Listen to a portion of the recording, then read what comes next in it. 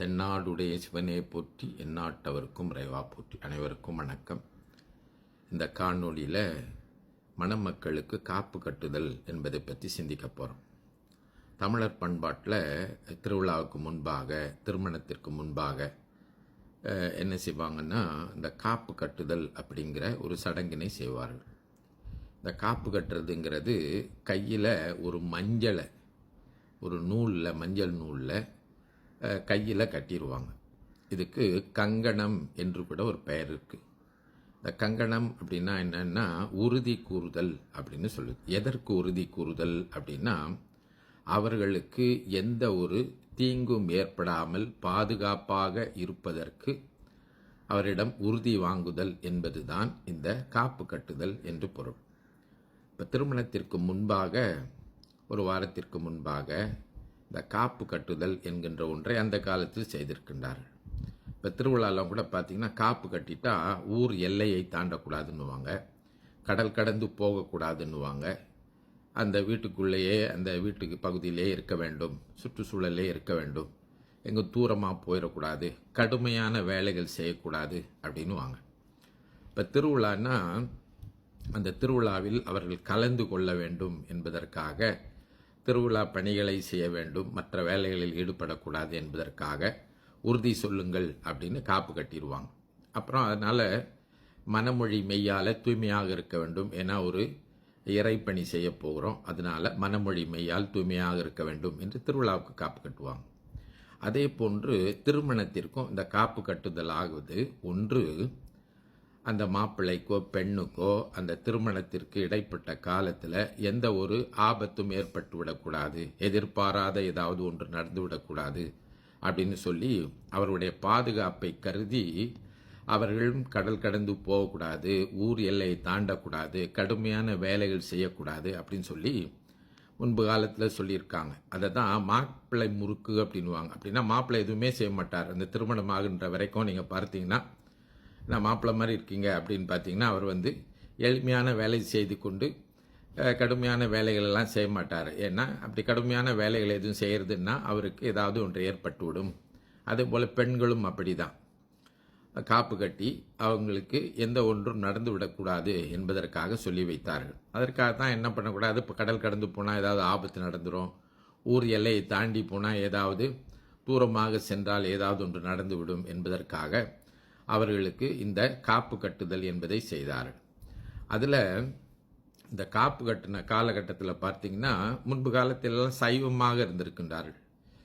திருமணத்திற்கு முன்பு ஒரு வாரம் அல்லது 3 நாட்களுக்கு சைவ உணவைத்தான் உட்கொள்வது என்கின்ற ஒரு மரபை வைத்திருக்கின்றார்கள்.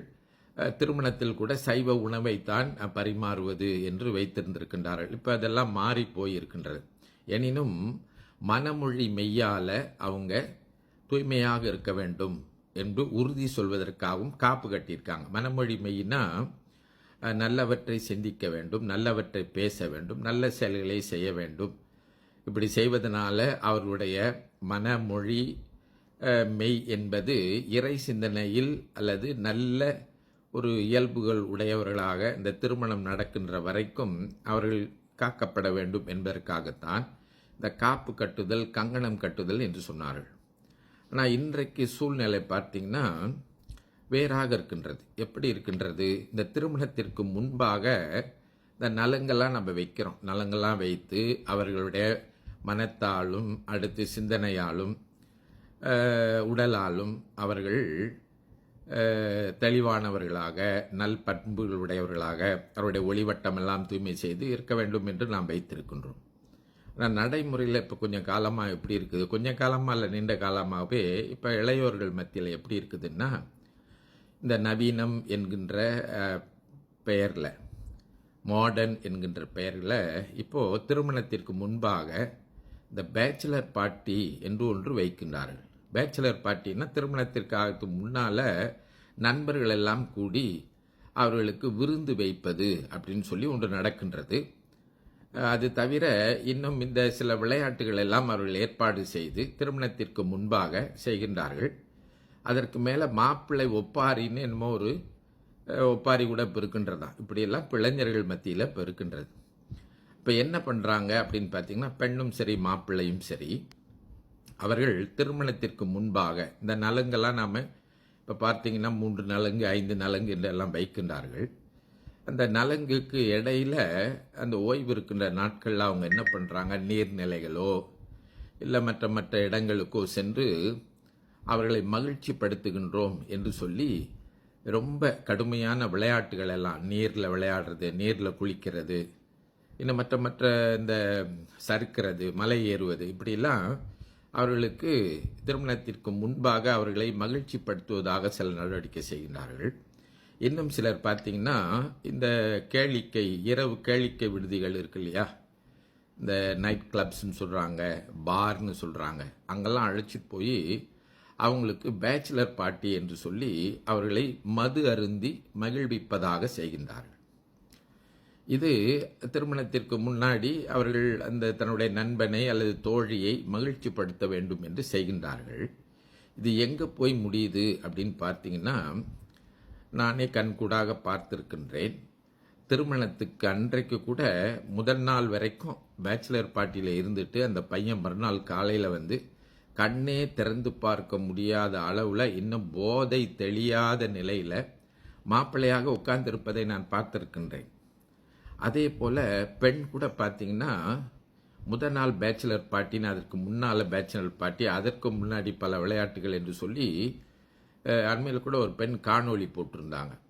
அப்படியே உடம்பு வந்து இனிமேல் எடுத்துக்கொள்ள முடியாத அளவுக்கு ரொம்ப சோர்வுற்று ரொம்ப களைச்சி போய் உள்ள அளவிலும் உடல் அளவிலும் மன அளவிலும் சிந்தனை அளவிலும் சோர்ந்து போய் அவங்களால கண்ணே திறந்து பார்க்க முடியாத அளவில் பெண்ணாக அங்கே உட்கார்ந்துருக்காங்க.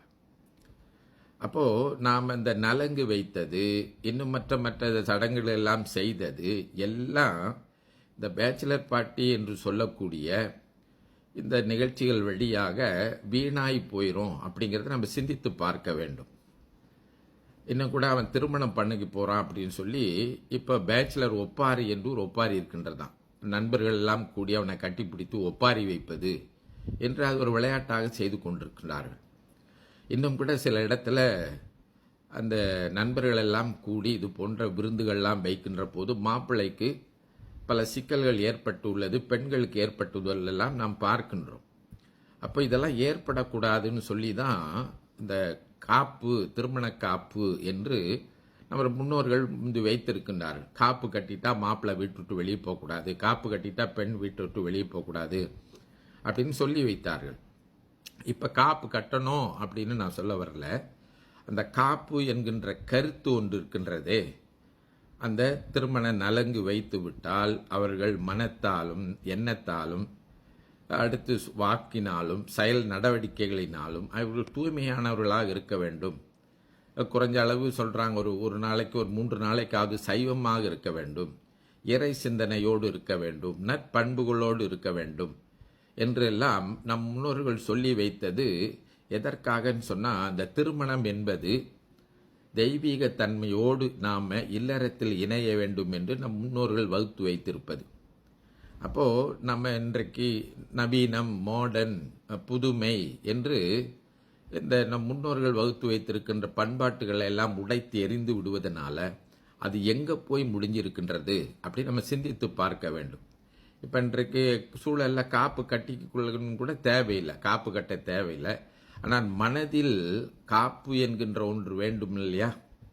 இப்போ நலங்கு வைக்கிறதுக்கு போராடிக்கிட்டு இருக்காங்க பெரியவங்களாம். 2 நலங்கா, 3 நலங்கா, 5 நலங்கான்னு இந்த நலங்கள்லாம் வைத்து நாம் எல்லா நன்மையும் அவர்களுக்கு செய்தாலும் அவற்றையெல்லாம் அவர்கள் போய் இந்த திருமணத்திற்கு முன்பாக இருக்கின்ற பேச்சுலர் பார்ட்டி இன்னும் என்னென்னமோ நடவடிக்கைகள் இவற்றெல்லாம் தொலைத்து விட்டு திருமணத்தில் வந்து இப்படி திருமணத்திலுடைய அந்த சிந்தனை அந்த சூழலில் இல்லாமல் அயற்சியோடும் களைப்போடும் உடல் வலியோடும் அந்த திருமணத்தை பற்றி சிந்திக்காமலும் உட்கார்ந்து கொண்டு போலியாக உட்கார்ந்து கொண்டு திருமணம் செய்து கொள்வது எந்த அளவில் அவர்களுக்கு பயனளிக்கக்கூடியதாக, இறைத்தன்மை உடையதாக, மங்களம் உடையதாக இருக்கும் என்று சிந்தித்து பார்க்க வேண்டும்.